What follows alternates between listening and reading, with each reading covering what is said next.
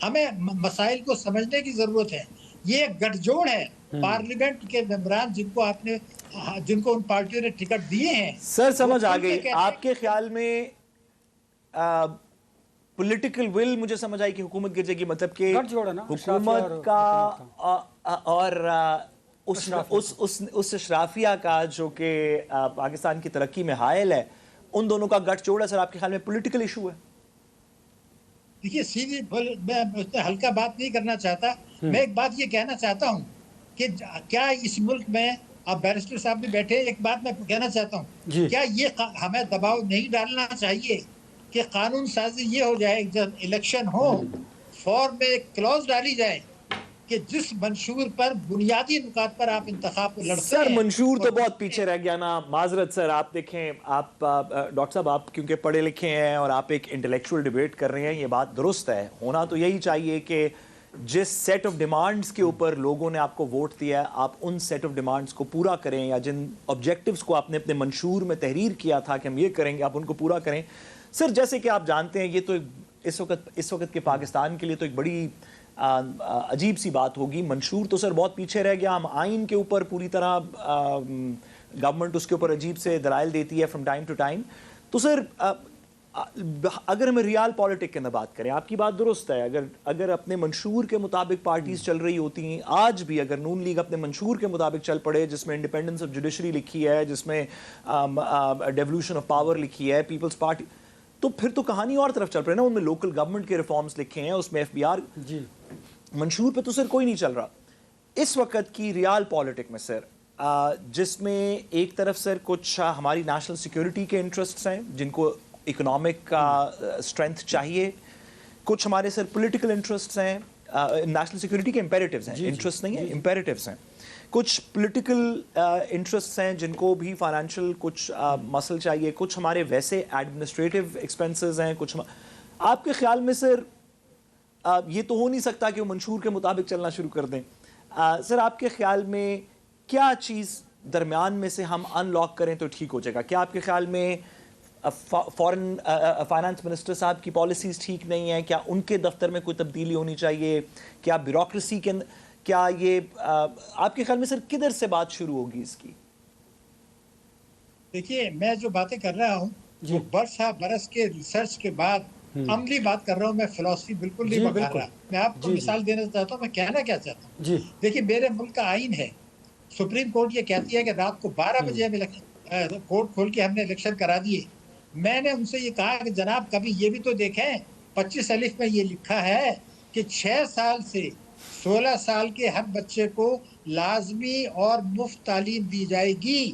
تو کیا supreme court یہ نہیں کہہ سکتے کہ یہ بجٹ کو ہم مسترد کرتے ہیں؟ 26 ملین بچے اسکول نہیں جا رہے. آپ نے اپنے یہ کہا تھا کہ ہم 7% جی ڈی پی کا خرچ کریں گے تعلیم کے اوپر, آپ 1.5% بھی نہیں کر رہے. یہ تو 100 سال میں بھی بچے اسکول نہیں جائیں گے. تو کسی نہ کسی کو تو کوئی قدم اٹھانا پڑے گا. اگر آپ کے 11 کروڑ سر آپ کے خیال میں کون سی عدالت سر اس پہ آپ کے حق میں حکم دے گی اور آج کے نظام میں, اور کہے گی کہ باقی سے بجٹ نکال لیں اور کمپلسری ایجوکیشن کے اندر ڈال دیں؟ آپ کے خیال میں sir what court would be an appropriate forum for دس؟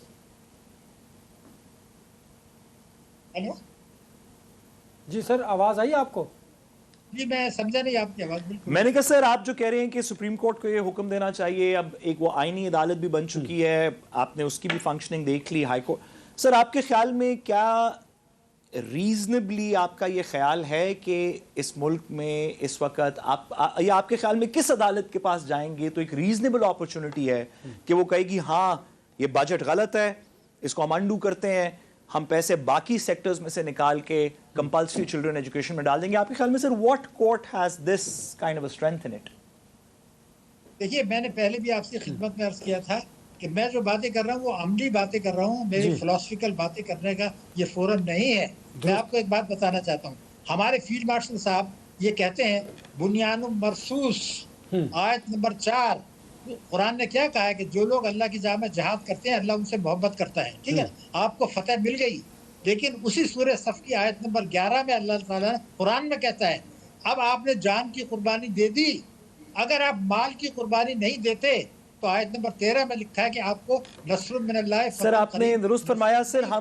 سر معذرت میرا اور انور کا، کیونکہ ہم بڑے لا علم اور کم عقل لوگ ہیں سر، ہمارا اس طرح کا مطالعہ نہیں ہے جیسے کہ آپ کا ہے. تو سر آپ سے گزارش سر یہ ہے کہ یہ بات آپ نے درست کہا، اس کے اندر اسلامک انجنکشنز ہو سکتی ہیں، بٹ پالیسی پہ سر اگر تھوڑی سی بات کر سکیں کہ ہم سر اسی نظام میں رہتے ہیں، انہی عدالتوں میں رہتے ہیں، اسی سسٹم میں رہتے ہیں، اسی پولیٹیکل ڈسپنسیشن میں رہتے ہیں. آپ کے خیال میں سر اگر آپ کو کہا جائے کہ اس کو شروع کریں، اس پروسیس کو ریوائیول کا، تو پہلا سٹیپ کیا ہوگا؟ دیکھیے میں تو پہلا قدم تو یہ اٹھاؤں گا، نمبر 1 جی وفاق اور صوبے درست ہر 10 لاکھ روپے سالانہ سے آمدنی پر ٹیکس لازمی نافذ کریں اور وصول کریں. اس کا طریقہ بھی میں بتا دوں کیسے وصول کریں. جی جی دیکھیے کیا حکومت کے پاس جو 37-38 ہزار کے ڈپازٹرز ہیں ان کی تفصیل نہیں ہے؟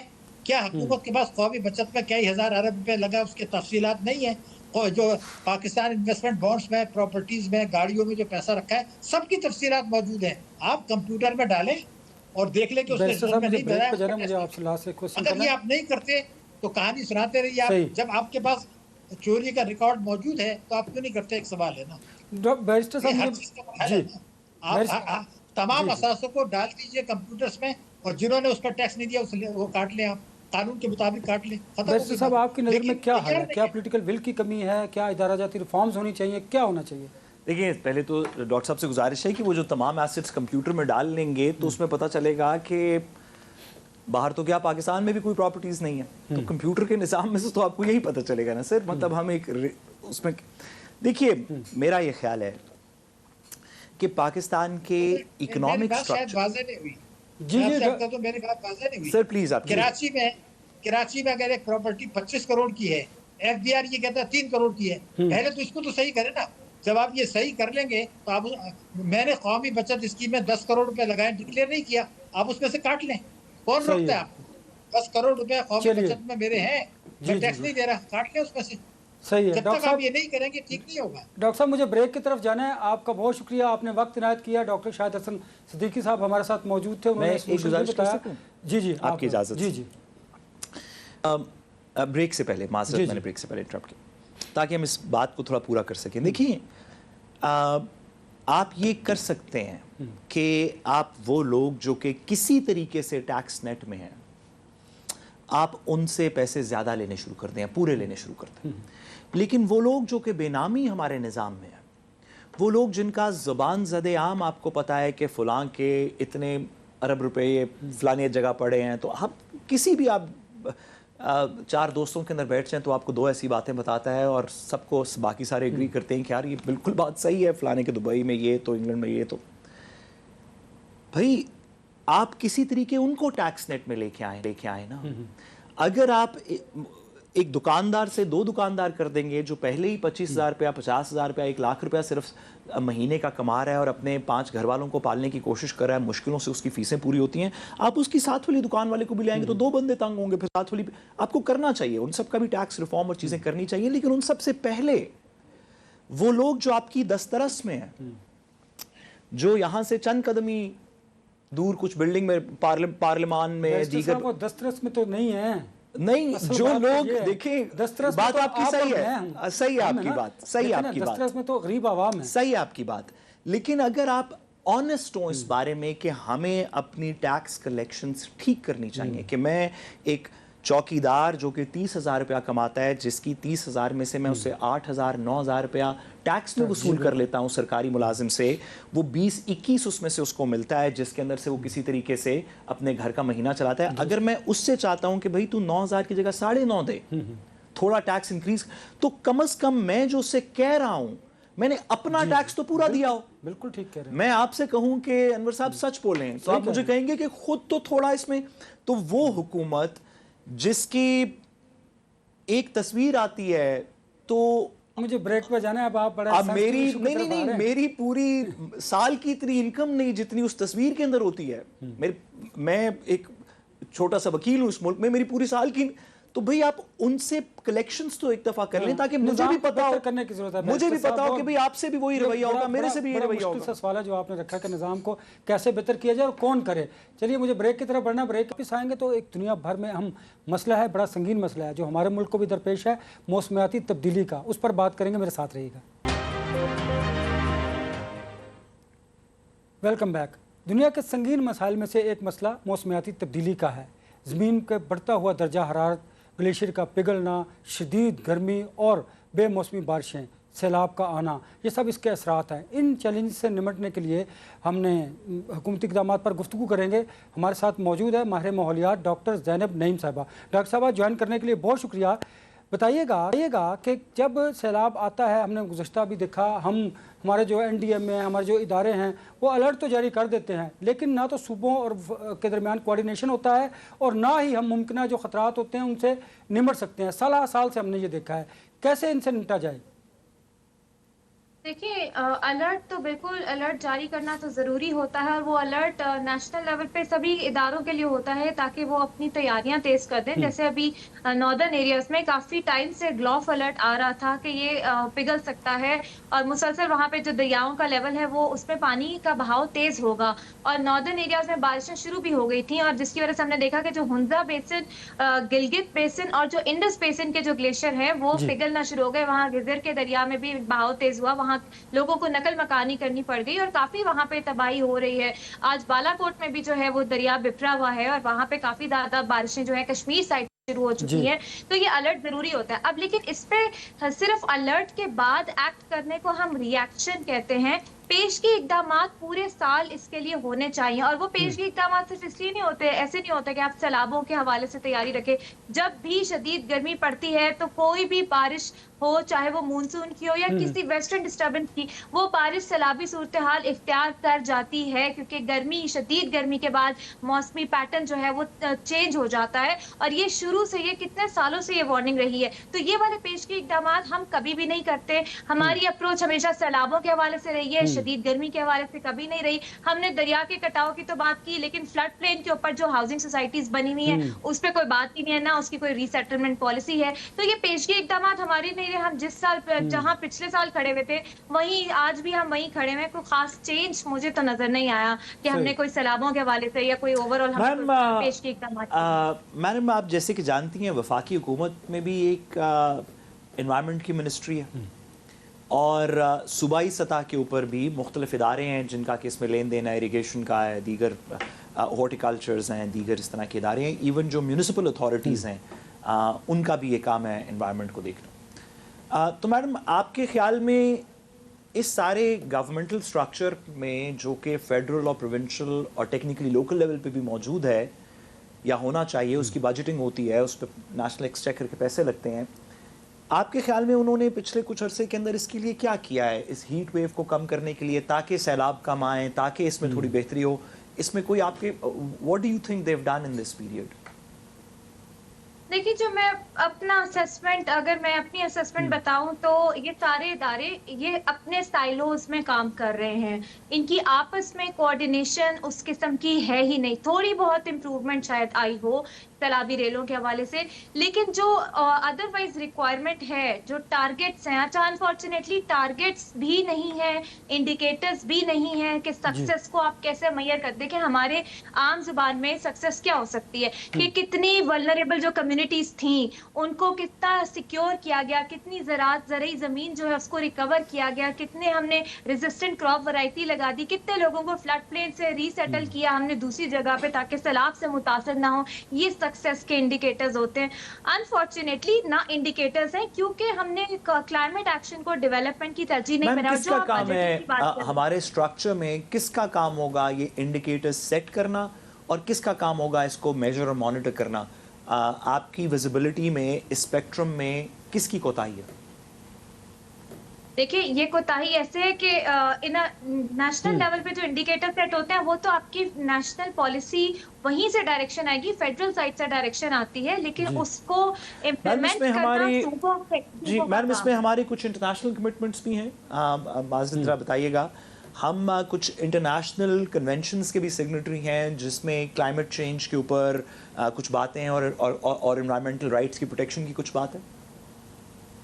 بالکل ہے. ہم لوگوں نے نیشنلی ڈیٹرمنڈ کنٹریبیوشن جس کو آپ NDCs کہتے ہیں اس پہ کمٹمنٹ کی ہوئی ہے کہ ہم اتنے پرسنٹ رینیویبل پہ شفٹ کریں گے, ہم اتنے پرسنٹ اپنے پروٹیکٹڈ ایریاز کو بڑھائیں گے, ہم بلو کاربن کو ایکسپلور کریں گے, ہم EV انفراسٹرکچر لگائیں گے. اس کی مانیٹرنگ کہ ہم نے جو انٹرنیشنل کمٹمنٹس کی ہوئی ہیں ان کے ٹارگٹس اچیو ہوئے ہیں یا نہیں ہوئے میم, یہ کون کرتا ہے یا کس نے کرنا تھا جو نہیں کیا؟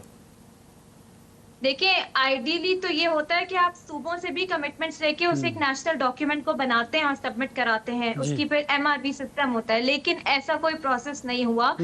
صوبوں کے ڈیٹرمنڈ کنٹریبیوشنز ہمارے پاس میم یہ لاسٹ کبھی ہوا تھا یا یہ پاکستان نے کبھی نہیں کیا؟ لائک جب سے ہم نے ٹریٹی سائن کیا کچھ شروع میں ہوتا رہا یا درمیان میں ہوا اور اب نہیں ہو رہا؟ How do you see it? نہیں, صوبوں کی طرف سے یہ کوئی کوارڈینیشن میکینزم ایگزسٹ فی الحال نہیں کرتا. اور جو اس کی جو آپ بات کریں کہ پروگریس میجرمنٹ اور رپورٹنگ کہ کیسے کتنے انڈیکیٹرز اچیو ہوئے, ایسا کوئی میکینزم ابھی ایگزسٹ نہیں کرتا. مجھے آپ سے ایک سوال پوچھنا ہے کہ میں میم کی طرف بڑھتا ہوں. گزشتہ برس سے سیلاب آیا, اس سے 70 لاکھ کے قریب خاندان جو تھے وہ متاثر ہوئے.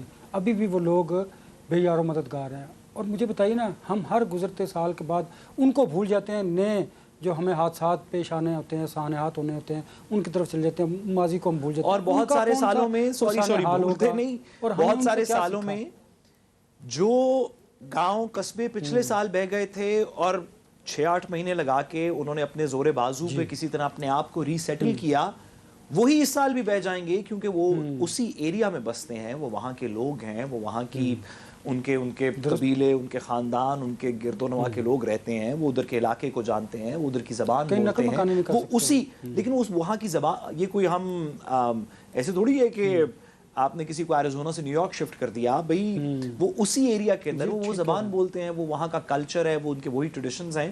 تو بہت ساری ایسی فیملیز کی بھی ایگزامپلز ہیں یا ایسے گاؤں قصبوں کی ایگزامپلز ہیں جن کو لیٹس سے 2010 کے سیلاب کے بعد ری سیٹل کیا گیا تھا اور 2017 یا 18 کے سیلاب میں وہی والے لوگ پھر واپس امپیکٹ بھی ہوئے.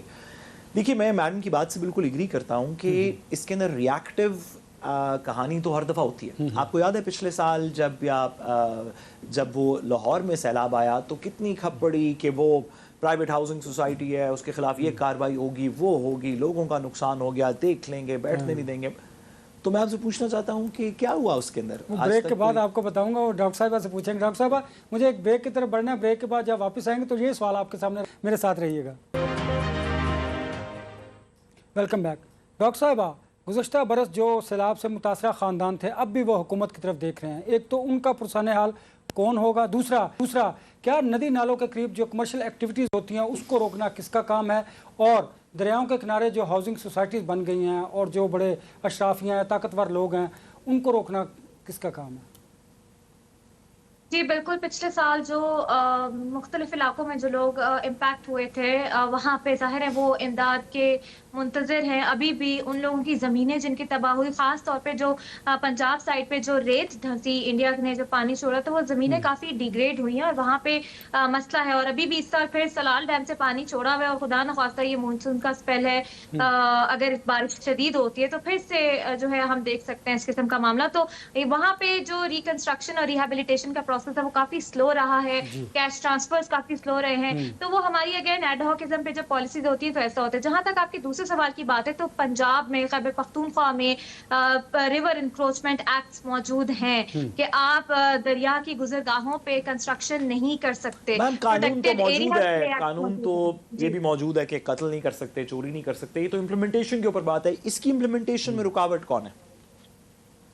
دیکھیں انفارچونیٹلی جہاں تک بات ہے یہ جو دریاؤں کے بیچ میں ہاؤسنگ سوسائٹیز ہیں وہ آئی واشنگ اور گرین واشنگ اتنی زیادہ ہے کہ کبھی کاربن کریڈٹس کی مد میں, کبھی کسی کلائمیٹ انفراسٹرکچر کی مد میں وہ ہو رہا ہے, کنٹینیو ہو رہا ہے. تو ریئل اسٹیٹ کو ہم نے کھلا ہاتھ دیا ہوا ہے کہ وہ پروٹیکٹڈ ایریاز میں کنسٹرکشن کریں اور مارکیٹنگ کریں اور وہ سپورٹ کریں. تو یہ ایک مسئلہ یہی ہے کہ ریئل اسٹیٹ سیکٹر کو کلائمیٹ پلاننگ کا نہ حصہ بنایا ہوا ہے. اور کیوں حصہ نہیں بنایا ہوا, اس کا آنسر یہ ہے کہ ٹیکنیکل لوگ ہی جب آپ کے پالیسی لیول پہ موجود نہیں ہوں گے تو ویسٹڈ انٹرسٹ کی بات آ جاتی ہے جہاں تک مجھے لگتا ہے. دس از مائی پرسنل اوپینین. پھر یہی معاملات ہوتے ہیں جو ہم دیکھ رہے ہیں, ہاؤسنگ سوسائٹیز بھی بنتی ہیں, کنسٹرکشن بھی ہوتی ہے, سیلاب بھی آتے ہیں, ری سیٹلمنٹ پھر نہیں ہوتی, زرعی زمین پھر کنورٹ ہو جاتی ہے کنسٹرکٹڈ لینڈ میں. میم یہ جو ہم نے ایک زمانے میں ٹری پلانٹنگ مہم چلائی تھی, ویسے تو وہ بڑا ہی ڈارک دور تھا جیسے کہ ہم سب جانتے ہیں, لیکن ایک ٹری پلانٹنگ مہم چلی تھی. کیا اس طرح کی کوئی چیز ہیلپ کرے گی, اور اگر کرے گی تو کیا آپ کے خیال میں اس وقت جو پنجاب گورنمنٹ ہے, دیگر گورنمنٹس ہیں, آپ کی نظر میں کوئی ایسا پروجیکٹ ہے جو کر رہے ہوں جس سے ہیلپ ہو سکتی ہے یا جس سے بہتری ہوگی؟ دیکھیں, ٹری پلانٹیشن کیمپینز بھی مجھے تو مذاق لگتا ہے جس کے پیچھے کوئی فیزیبلٹی اسکوپنگ اسٹڈی نہیں ہو. درخت بیجا لگائے جائے, کبھی کسی قسم کا درخت کہیں لگ رہا ہے, کبھی کہیں لگ رہا ہے, تو کبھی مونسون کی شجرکاری کیمپین ہو رہی ہے, کبھی اس طرح سے نہیں ہوتا. اس کی پراپر, جیسے ہم بلڈنگ بنانے سے پہلے پوری اسیسمنٹ کرتے ہیں نا, ویسے درخت لگانے سے پہلے اور درخت کاٹنے سے پہلے یہ اسیسمنٹس ہوتی ہیں. سائنٹیفک ایویڈنس کی بیسس پہ آپ پلانٹیشن کرتے ہیں. ایسے بے دھڑک پلانٹیشن کوئی فائدہ نہیں ہوتا اس چیز کا, یہ نقصان دیتی ہے. جو گورنمنٹ کے ایڈوائزرز ہیں انوائرمنٹ کے اوپر صوبائی اور فیڈرل سطح پہ, میڈم وہ یہ جو آپ بات کر رہی ہیں یہ بالکل کلیئر سمجھ آ رہی ہے, منطق کی بات ہے کہ بھائی کوئی آپ یہ تو نہیں کرتے جب آپ ایک گھر بناتے ہیں کہ یار ایسے کرتے ہیں ابھی 2 کمرے بنا لیتے ہیں, پھر اس باتھ روم میں سے ایک اور کمرہ بنا لیں گے, پھر اس کے اندر سے ایک اور کچن. بھائی آپ کو اوور آل پلان کرتے ہیں نا کہ ہم اپنے اس گھر پاکستان میں کدھر درخت لگائیں گے, کدھر ہاؤسنگ سوسائٹی بنائیں گے, کدھر دریا بہے گا, کدھر سے روڈ جائے گی. تو میڈم کی بات تو منطق کی لگ رہی ہے کہ ایسے کرنا چاہیے. میڈم جو گورنمنٹ کے ایڈوائزرز ہیں وہ اس کو نہیں فالو کر رہے یا ان کو یہ بات نہیں سمجھ آ رہی. What do you think is happening? مجھے کوئی آئیڈیا نہیں ہے کہ وہ کیا فالو کر رہے ہیں, ٹو بی آنیسٹ, کیونکہ یہ بے ہنگم. میں کچھ مہینے پہلے سن رہی تھی جب میں بول رہی تھی کہ اسلام آباد میں ٹری کور ریڈیوس ہوا, تو مجھے وہیں سے لوگ کہہ رہے تھے کہ نہیں جی ٹری کور تو انکریز ہوا ہے, آپ کو نہیں پتا. کل سپارکو نے سیٹلائٹ ڈیٹا ایشو کر دیا کہ راول لیک جو کہ پروٹیکٹڈ ایریا ہے 50% ٹری کور اس کا ڈکلائن کر گیا. تو بات یہ ہے کہ دیکھیں سائنس ایویڈنس پہ ہوتی ہے. اس طرح سے ہوا میں بات کر دینے سے نہیں. اسلام آباد میں 51 ہیٹ انڈیکس پہنچا ہے, کچھ تو گڑبڑ ہوئی ہے. گلوبل کلائمیٹ چینج موجود ہے اپنی جگہ, لیکن ایسے نہیں ہوتا کہ لوکلائز کلائمیٹ فیکٹرز بھی ہوتے ہیں, اور یہ ہمارا اپنا قصور ہے. تو میرے خیال سے یہاں پہ جو ایڈوائزرز ہیں یا تو وہ سائنس, کیونکہ جو میں پالیسیز بھی پڑھتی ہوں سائنٹیفکلی لوکل سائنس اس میں موجود ہی نہیں ہے. ہم گلوبل سائنس ڈال رہے ہیں لوکلی. کوئی میم ہماری دعا ہے, کیونکہ وقت کی تھوڑی قلت ہے, ہماری دعا ہے کہ آپ کی منطق کی یہ بات جو کہ کلیئرلی ایک پڑھا لکھا بندہ کسی طریقے سے کر رہا ہے, اس کی بات اللہ کرے کہ متعلقہ ایوانوں تک پہنچے, اور میڈم اور دیگر میڈم جیسے جو ایکسپرٹس ہیں ان سے کچھ کنسلٹیشن کر کے, آپ کی میری بات سن کے نہیں, متعلقہ ایکسپرٹ سے کنسلٹیشن کر کے وہ پالیسی کریٹ کی جائے. وقت عنایت کرنے کا بہت شکریہ. ختم ہو جاتا ہے, بہت شکریہ آپ کا, اور بیرسٹر صاحب آپ کا بھی بہت شکریہ. یہ اجازت, اپنا بہت سا خیال رکھیے. اللہ حافظ.